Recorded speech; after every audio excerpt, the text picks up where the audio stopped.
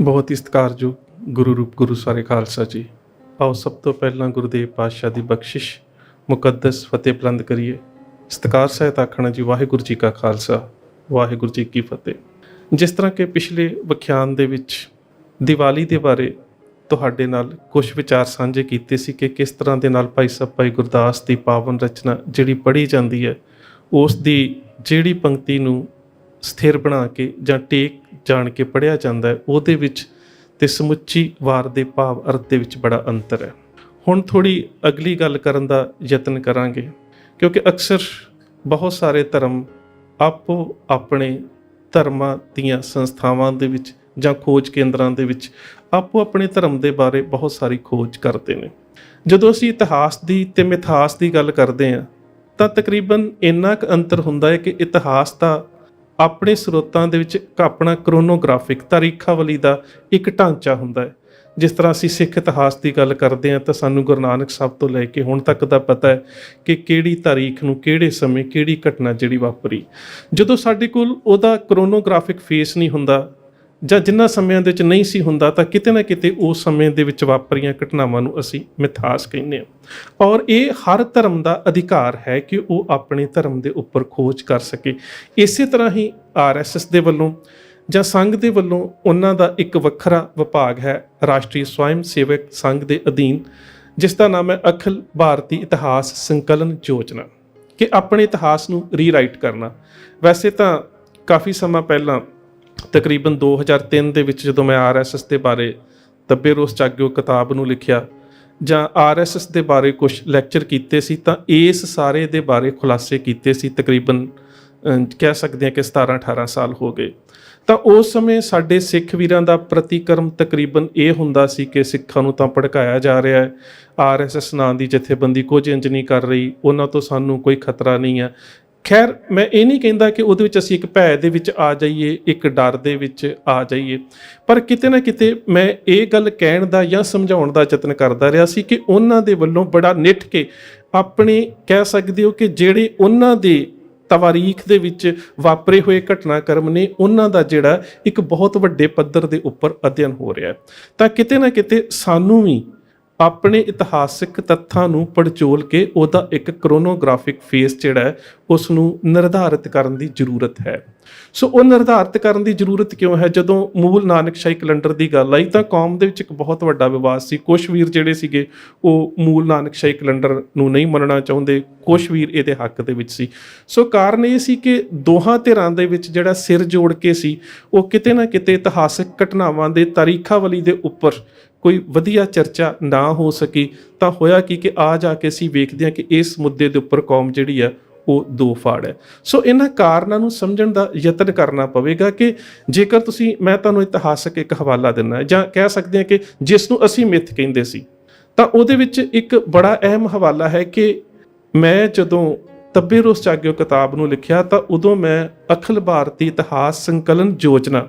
ਜਿਹੜੀ ਸੀ ਉਹਦੇ ਚੈਪਟਰ ਦੇ ਵਿੱਚ ਇਸ ਗੱਲ ਦਾ ਜ਼ਿਕਰ ਕੀਤਾ ਕਿ RSS ਦੇ ਵੱਲੋਂ ਉਹਨਾਂ ਦੀ ਤਾਰੀਖ ਦੇ ਵਿੱਚ ਵਾਪਰੇ ਜਿਹੜੀ ਘਟਨਾਕ੍ਰਮ ਨੇ, ਚਾਹੇ ਉਹ ਮਹਾਭਾਰਤ ਦੀ ਗੱਲ ਹੈ, ਚਾਹੇ ਉਹ ਰਾਮ ਤੇ ਰਾਵਣ ਦੇ ਯੁੱਧ ਦੀ ਗੱਲ ਹੈ, ਉਹਨਾਂ ਸਾਰਿਆਂ ਦਾ ਉਹ ਕਰੋਨੋਗ੍ਰਾਫਿਕ ਫੇਸ ਜਿਹੜਾ ਨਾ ਉਹ ਨਿਰਧਾਰਿਤ ਕਰ ਰਹੇ ਨੇ। ਉਦੋਂ ਮੈਂ ਪਲੈਨੇਟੇਰੀਅਮ ਜਿਹੜਾ ਸੌਫਟਵੇਅਰ ਹੈ ਉਸ ਦੀ ਗੱਲ ਵੀ ਕੀਤੀ ਸੀ। ਉਸ ਸਮੇਂ ਉਹਦੇ ਵਿੱਚ ਮੈਂ ਇਹ ਵੀ ਗੱਲ ਕੀਤੀ ਸੀ ਕਿ ਜਿਹੜੀ ਰਾਮ ਦੀ ਜਿਹੜੀ ਜਨਮ ਤਰੀਕ ਹੈ ਉਹ ਬਿਫੋਰ ਕ੍ਰਾਈਸਟ 5114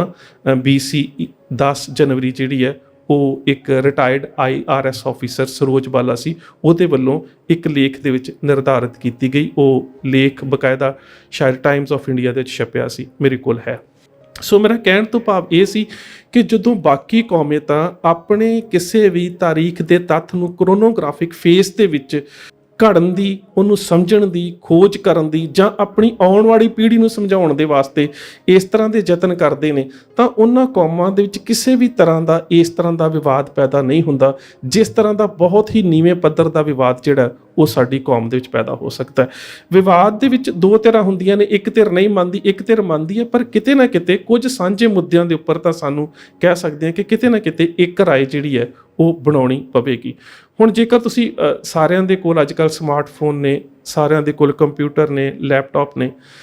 ਜਦੋਂ ਤੁਸੀਂ ਹੁਣ ਮੈਂ ਇੱਕ ਉਦਾਹਰਨ ਦਿੰਦਾ, ਤੁਸੀਂ ਮਹਾਭਾਰਤ ਮਹਾਭਾਰਤ ਦਾ ਯੁੱਧ ਹੋਇਆ, ਪਹਿਲਾਂ ਜ਼ਿਆਦਾਤਰ ਅਸੀਂ ਵੀ ਸਟੇਜ ਤੇ ਕਹਿੰਦੇ ਹੁੰਦੇ ਸੀ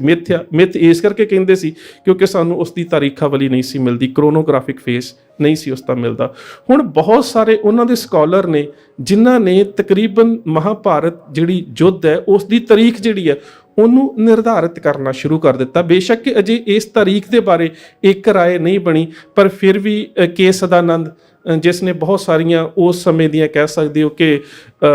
ਜਿਹੜੇ ਸਾਡੇ ਗ੍ਰਹਿ ਹੁੰਦੇ ਨੇ ਉਹਨਾਂ ਦੀਆਂ ਚਾਲਾਂ ਨੂੰ ਆਧਾਰ ਬਣਾ ਕੇ 22 ਨਵੰਬਰ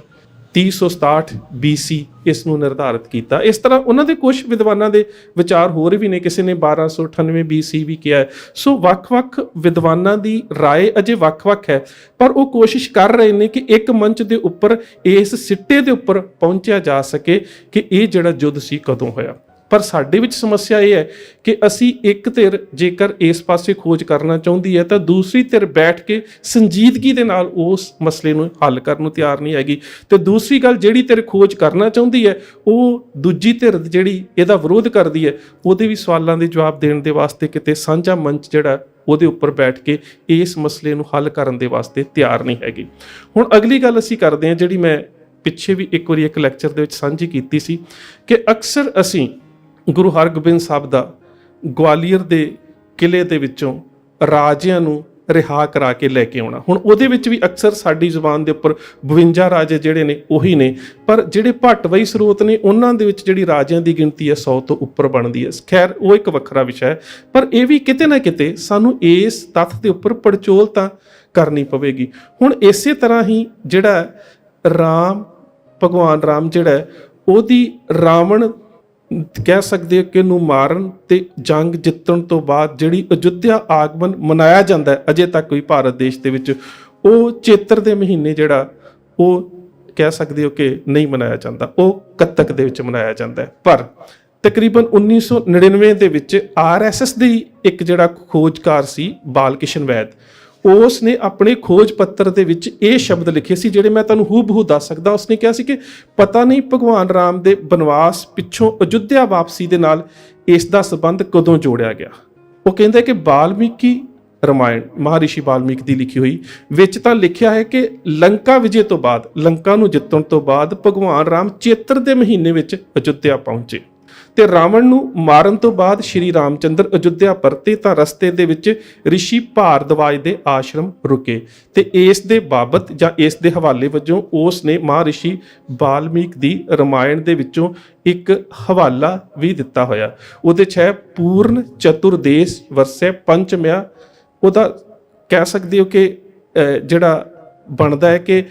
ਭਗਵਾਨ ਰਾਮ ਜਿਹੜੇ ਸੀ 14 ਵਰੇ ਪੂਰੇ ਹੋਣ ਤੋਂ ਪੰਚਮੀ ਜਿਹੜੀ ਚੇਤ ਦੀ ਪੰਚਮੀ ਸੀ ਉਦੋਂ ਭਾਰਦਵਾਜ ਆਸ਼ਰਮ ਦੇ ਵਿੱਚ ਪਹੁੰਚੇ। ਔਰ ਇਹ ਜਿਹੜੀ ਕਹਿ ਸਕਦੇ ਹੋ ਕਿ ਪੰਚਮੀ ਜਿਹੜੀ ਸੀ ਜਾਂ ਇਹ ਜਿਹੜੀ ਕਹਿ ਸਕਦੇ ਹੋ ਕਿ ਇਹ ਜਿਹੜੀ 14 ਕਹਿ ਸਕਦੇ ਹੋ ਕਿ ਜਿਹੜੀ ਇਹ ਪੰਚਮੀ ਹੀ 14 ਸਾਲ ਬਾਅਦ ਜਿਹੜੇ ਸੀਗੇ ਉਹਦੀ ਆਖਰੀ ਤਾਰੀਖ ਸੀ। ਕਿਉਂਕਿ ਹੁਣ ਅਗਲਾ ਹਵਾਲਾ ਦਿੰਦਾ ਕਹਿੰਦਾ ਹੈ ਕਿ ਜਦੋਂ ਭਾਰਦਵਾਜ ਰਿਸ਼ੀ ਦੇ ਆਸ਼ਰਮ ਦੇ ਵਿੱਚ ਭਗਵਾਨ ਰਾਮ ਇੱਕ ਰਾਤ ਆ ਕੇ ਠਹਿਰਦੇ ਨੇ ਤਾਂ ਉਸ ਵੇਲੇ ਹਨੂਮਾਨ ਨੂੰ ਭੇਜਦੇ ਨੇ ਕਿ ਉਹ ਜਾ ਕੇ ਮੇਰੀ ਨਗਰੀ ਦੇ ਵਿੱਚ ਅਯੁੱਧਿਆ ਨਿਸ਼ਾਦ ਅਤੇ ਰਾਜਗੁਰੂ ਅਤੇ ਭਰਤ ਨੂੰ ਮੇਰੇ ਆਗਮਨ ਦੀ ਸੂਚਨਾ ਦੇ ਦੇਵੇ। ਤੇ ਉਹਦਾ ਫਿਰ ਅੱਗੋਂ ਹਵਾਲਾ ਉਸ ਨੇ ਵਾਲਮੀਕੀ ਰਾਮਾਇਣ ਦੇ ਵਿੱਚੋਂ ਲਿਆ ਕਿ ਪੰਚਮੀ ਮਗ ਰਜਨੀ ਮੁਨਸਤਵਾ ਬਚਨਾਨ ਮੁਨੇ, ਕਿ ਉਹਨਾਂ ਨੇ ਜਾ ਕੇ ਕਿਹਾ ਕਿ ਕੱਲ ਭਗਵਾਨ ਰਾਮ ਜਿਹੜੇ ਨੇ ਉਹ ਵਾਪਸ ਆ ਜਾਣਗੇ ਇਸ ਨਗਰੀ ਦੇ ਵਿੱਚ। ਇਸੇ ਤਰ੍ਹਾਂ ਪਦਮ ਪੁਰਾਣ ਦੇ ਪਤਾਲ ਖੰਡ ਦੇ ਅਧਿਆਏ 36 ਦੇ ਵਿੱਚ ਇਸ ਦੇ ਵਿੱਚ ਵਿਸ਼ੇਸ਼ ਜਿਹੜੇ ਹਵਾਲੇ ਉਹ ਦਿੱਤੇ ਗਏ ਨੇ, ਜਿਹਦੇ ਵਿੱਚ ਬੜਾ ਸਪਸ਼ਟ ਲਿਖਿਆ ਹੈ ਕਿ ਜਿਹੜਾ ਰਾਮ ਹੈ ਉਸ ਨੇ ਜਦੋਂ ਰਾਵਣ ਨੂੰ ਮਾਰਿਆ ਤਾਂ ਉਹ ਵੀ ਮਹੀਨਾ ਜਿਹੜਾ ਉਹ ਚੇਤ ਦਾ ਮਹੀਨਾ ਸੀ। ਔਰ ਚੇਤ ਦੇ ਮਹੀਨੇ ਦੇ ਵਿੱਚ ਹੀ ਰਾਵਣ ਦੇ ਸੰਸਕਾਰ ਦਾ, ਅੰਤਮ ਸੰਸਕਾਰ ਦਾ ਜ਼ਿਕਰ ਵੀ ਇਸੇ ਹੀ ਪਦਮ ਪੁਰਾਣ ਦੇ ਪਤਾਲ ਖੰਡ ਦੇ 36ਵੇਂ ਅਧਿਆਏ ਦੇ ਵਿੱਚ ਜ਼ਿਕਰ ਮਿਲਦਾ ਹੈ, ਸੰਸਕਾਰੋ ਰਾਵਣ ਦੀ ਨਾਮ ਅਮੱਸਿਆ ਜਾਂ ਦਿਨੇ ਭਵਤ। ਸੋ ਇਸ ਤੋਂ ਭਾਵ ਕਿ ਇਹ ਜਿਹੜਾ ਸਾਰਾ ਘਟਨਾਕ੍ਰਮ ਹੈ ਇਹ ਚੇਤ ਦੇ ਮਹੀਨੇ ਦੇ ਵਿੱਚ ਵਾਪਰਦਾ ਹੈ, ਪਰ ਇਸ ਨੂੰ ਮਨਾਇਆ ਕੱਤਕ ਦੇ ਮਹੀਨੇ ਦੇ ਵਿੱਚ ਜਾਂਦਾ ਹੈ। ਸੋ ਮੇਰਾ ਕਹਿਣ ਤੋਂ ਭਾਵ ਹੈ ਕਿ ਉਹਨਾਂ ਦੇ ਵੱਲੋਂ ਆਪਣੇ ਇਤਿਹਾਸਕ ਸਰੋਤਾਂ ਦੇ ਵਿੱਚੋਂ ਇਸ ਤਰ੍ਹਾਂ ਦੇ ਨਾਲ ਹਵਾਲਿਆਂ ਨੂੰ ਲੈ ਕੇ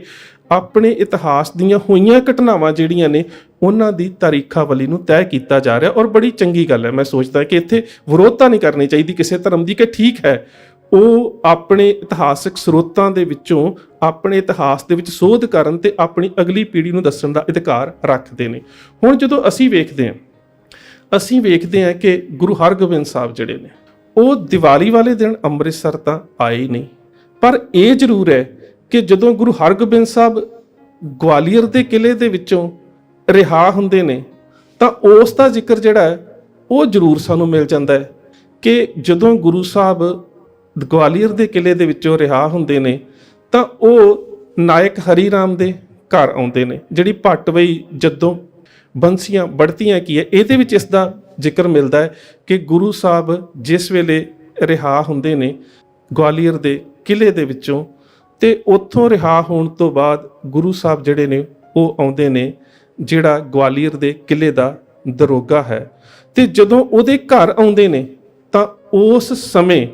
ਉਸ ਦੇ ਵੱਲੋਂ ਦੀਪਮਾਲਾ ਜਿਹੜੀ ਹੈ ਉਹ ਕੀਤੀ ਜਾਂਦੀ ਹੈ। ਹੁਣ ਗੁਰੂ ਸਾਹਿਬ ਦੀ ਆਮਦ ਦੇ ਵਿੱਚ ਜਿਹੜੀ ਦੀਪਮਾਲਾ ਕੀਤੀ ਜਾਂਦੀ ਹੈ ਹਰੀ ਰਾਮ ਦਰੋਗਾ ਦੇ ਵੱਲੋਂ, ਜਿਹੜਾ ਕਿ ਹਰਬੰਸ ਲਾਲ ਚੰਦਰਵੰਸ਼ੀ ਜਾਦਵ ਬੜਤੀਆ ਜਿਹੜਾ ਉਸ ਪਰਿਵਾਰ ਦੇ ਵਿੱਚੋਂ, ਤੇ ਉਹ ਉਹਨਾਂ ਦੇ ਬੰਧਨ ਮੁਕਤ ਹੋਣ ਦੀ ਖੁਸ਼ੀ ਦੇ ਵਿੱਚ ਜਿਹੜਾ ਉਹ ਦੀਪਮਾਲਾ ਕਰਦਾ ਹੈ। ਤੇ ਇਹਦੇ ਵਿੱਚ ਇਹ ਵੀ ਜ਼ਿਕਰ ਬੜਾ ਸਪਸ਼ਟ ਮਿਲ ਜਾਂਦਾ ਹੈ ਕਿ ਗੁਰੂ ਸਾਹਿਬ ਉਦੋਂ ਕੱਤਕ ਦੇ ਮਹੀਨੇ ਦੇ ਵਿੱਚ ਜਿਹੜਾ ਕ੍ਰਿਸ਼ਨ ਪਕਸ਼ ਹੈ ਉਦੋਂ ਹੁੰਦੇ ਨੇ, ਤੇ ਉਹਦੇ ਮੁਤਾਬਕ ਜਿਹੜੇ ਸਾਡੇ ਸਰੋਤਾਂ ਦੇ ਵਿੱਚ ਤਾਰੀਖ ਲਿਖੀ ਹੋਈ ਹੈ ਉਹ 26 ਅਕਤੂਬਰ 1619 ਹੈ। ਸੋ ਇਸ ਦਾ ਮਤਲਬ ਕਿ ਗੁਰੂ ਸਾਹਿਬ 26 ਅਕਤੂਬਰ 1619 ਨੂੰ ਜਦੋਂ ਗਵਾਲੀਅਰ ਦੇ ਕਿਲੇ ਦੇ ਵਿੱਚੋਂ ਰਿਹਾ ਹੋ ਕੇ ਆਉਂਦੇ ਨੇ, ਤੇ ਉਹਨਾਂ ਦਾ ਜਿਹੜਾ ਪਹਿਲਾ ਆਗਮਨ ਹੈ ਉਹ ਆਗਮਨ ਜਿਹੜਾ ਹੈ ਉਹ ਹਰੀ ਰਾਮ ਦਰੋਗੇ ਦੇ ਘਰ ਹੈ। ਸੋ ਦਰਬਾਰ ਸਾਹਿਬ ਅੰਮ੍ਰਿਤਸਰ ਆਉਣ ਦਾ ਉਸ ਸਮੇਂ ਦੇ ਨਾਲ ਕੋਈ ਸੰਬੰਧ ਨਹੀਂ। ਇਹ ਜ਼ਰੂਰ ਹੈ ਕਿ ਕੱਤਕ ਮਹੀਨਾ ਹੋਣ ਕਰਕੇ 26 ਅਕਤੂਬਰ ਇਹ ਹੋ ਸਕਦਾ ਕਿ 1619 ਦੀ ਜਿਹੜੀ ਕਹਿ ਸਕਦੇ ਹੋ ਕਿ ਦੀਵਾਲੀ ਮਨਾਈ ਜਾਂਦੀ ਸੀ ਉਹ ਉਸ ਦਿਨ ਜਾਂ ਇੱਕ ਅੱਧਾ ਦਿਨ ਅੱਗੇ ਪਿੱਛੇ ਹੋ ਸਕਦੀ ਹੈ, ਕਿਉਂਕਿ ਉਹ ਵੀ ਕੱਤਕ ਦੇ ਮਹੀਨੇ ਦੇ ਵਿੱਚ ਜਿਹੜਾ ਕ੍ਰਿਸ਼ਨ ਪਕਸ਼ ਹੈ ਉਸ ਦੀ 14 ਦੇ ਵਿੱਚ ਉਸ ਦਾ ਜਿਹੜਾ ਜ਼ਿਕਰ ਉਹ ਮਿਲਦਾ ਹੈ। ਹੁਣ ਉਸ ਤੋਂ ਬਾਅਦ ਗੁਰੂ ਸਾਹਿਬ ਜਦੋਂ ਆਉਂਦੇ ਨੇ ਅੰਮ੍ਰਿਤਸਰ, ਜਦੋਂ ਗੁਰੂ ਸਾਹਿਬ ਅੰਮ੍ਰਿਤਸਰ ਆਉਂਦੇ ਨੇ ਤਾਂ ਫਿਰ ਉੱਥੇ ਜਿਹੜੇ ਭੱਟਵਈ ਸਰੋਤ ਨੇ ਉਹਨਾਂ ਦੇ ਵਿੱਚ ਜ਼ਿਕਰ ਮਿਲਦਾ ਹੈ ਕਿ ਗੁਰੂ ਸਾਹਿਬ ਦੀ ਆਉਣ ਦੀ ਖੁਸ਼ੀ ਦੇ ਵਿੱਚ ਅੰਮ੍ਰਿਤਸਰ ਦੀਪਮਾਲਾ ਕੀਤੀ ਗਈ। ਹੁਣ ਗੁਰੂ ਸਾਹਿਬ ਅੰਮ੍ਰਿਤਸਰ ਆਉਂਦੇ ਕਦੋਂ ਨੇ, ਇਸ ਦਾ ਜ਼ਿਕਰ ਵੀ ਭੱਟਵਈਆਂ ਦੇ ਵਿੱਚ ਮਿਲਦਾ ਹੈ ਕਿ ਗੁਰੂ ਹਰਗੋਬਿੰਦ ਜੀ महल बेटा गुरु अर्जुन जी का सम्मत 1617 माघ प्रविष्टे पहली के दियों हेर नगरी से चलकर ग्राम गुरु के चक परगना निजराला आए। बेटा गुरु मोरी जी का, गुरु मेहरबान बेटा पृथ्वीचंद जी का, बाबा बुढ़ा रामदास बेटा सुग्गे रंधावे का, ते गुरदास बेटा ईश्वरदास का फकीर आए। गुरु जी के आने में दीपमाला की गई। हुण तुसी ये वेखो कि ये सारा जिहड़ा वरतारा है ये माघ महीने दे विच लिखिया होया है। इहदा मतलब कि जिहड़े गुरु साहब जदों आउंदे ने ਅੰਮ੍ਰਿਤਸਰ ਤੇ ਉਹ ਫਰਵਰੀ ਨੂੰ ਆਉਂਦੇ ਨੇ। ਬੇਸ਼ੱਕ ਜਿਹੜੇ ਸਾਡੇ ਪਹਿਲੇ ਇਤਿਹਾਸਕ ਸਰੋਤ ਨੇ ਉਹਨਾਂ ਦੇ ਵਿੱਚ ਜਦੋਂ ਇਸ ਤਰੀਕ ਨੂੰ ਤਬਦੀਲ ਕੀਤਾ ਗਿਆ ਤਾਂ ਉਹਦੇ ਵਿੱਚ 28 ਫਰਵਰੀ ਦਾ ਜ਼ਿਕਰ ਆਉਂਦਾ ਹੈ। ਜਿਹੜਾ ਮੂਲ ਸ਼ਾਹੀ ਨਾਨਕਸ਼ਾਹੀ ਕੈਲੰਡਰ ਹੈ ਉਹਦੇ ਵਿੱਚ 12 ਫਰਵਰੀ ਦਾ ਜ਼ਿਕਰ ਕੀਤਾ ਗਿਆ। ਸੋ ਮੇਰਾ ਕਹਿਣ ਤੋਂ ਭਾਵ ਇੰਨਾ ਸੀ ਕਿ ਬੇਸ਼ੱਕ ਗੁਰੂ ਸਾਹਿਬ ਦੀ ਜਿਹੜੀ ਅਸੀਂ ਬੰਦੀ ਛੋੜ ਦਿਵਸ ਮਨਾਉਂਦੇ ਹਾਂ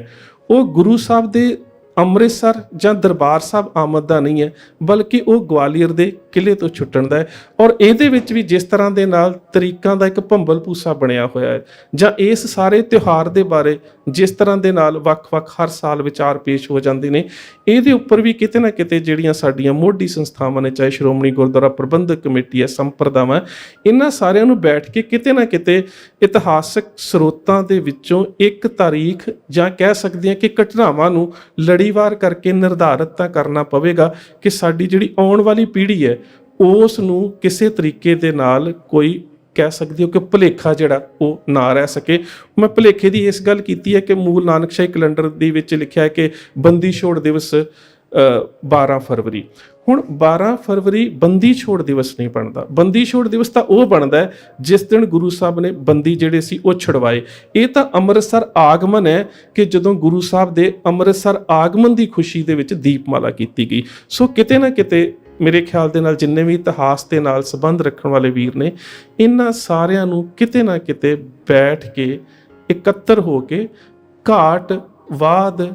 ਥੋੜਾ ਅੱਗੇ ਪਿੱਛੇ ਕਿਸੇ ਦੀ ਜਾਣਕਾਰੀ ਜਾਂ ਕਿਸੇ ਦੀ ਸਮਝ 'ਚ ਵੀ ਹੋ ਸਕਦਾ ਹੈ, ਪਰ ਸਾਰਿਆਂ ਨੂੰ ਜ਼ਰੂਰਤ ਹੈ ਕਿ ਕਿਸੇ ਨਾ ਕਿਸੇ ਰੂਪ ਦੇ ਵਿੱਚ ਇਕੱਠੇ ਬਹਿ ਕੇ ਇਸ ਸਾਰੇ ਇਤਿਹਾਸ ਨੂੰ ਘੋਖ ਕੇ ਵਧੀਆ ਤਰੀਕੇ ਦੇ ਨਾਲ ਪ੍ਰਕਾਸ਼ਿਤ ਕਰਕੇ ਆਉਣ ਵਾਲੀਆਂ ਪੀੜ੍ਹੀਆਂ ਦੇ ਵਾਸਤੇ ਇੱਕ ਐਸੇ ਤਰੀਕੇ ਦੇ ਨਾਲ ਕਹਿ ਸਕਦੇ ਹੋ ਕਿ ਇਕੱਤਰ ਕੀਤਾ ਜਾ ਸਕੇ ਕਿ ਉਹਨਾਂ ਦੇ ਵਾਸਤੇ ਪੜ੍ਹਨ ਦੇ ਵਿੱਚ ਜਾਂ ਪੜ੍ਹਾਉਣ ਦੇ ਵਿੱਚ ਕੋਈ ਭੁਲੇਖਾ ਨਾ ਰਹਿ ਸਕੇ। ਸੋ ਇੰਨੀਆਂ ਬੇਨਤੀਆਂ ਪ੍ਰਵਾਨ। ਫਤਿਹ ਦੀ ਸਾਂਝ। ਸਤਿਕਾਰ ਸਹਿਤ ਆਖਣਾ ਜੀ। ਵਾਹਿਗੁਰੂ ਜੀ ਕਾ ਖਾਲਸਾ, ਵਾਹਿਗੁਰੂ ਜੀ ਕੀ ਫਤਿਹ।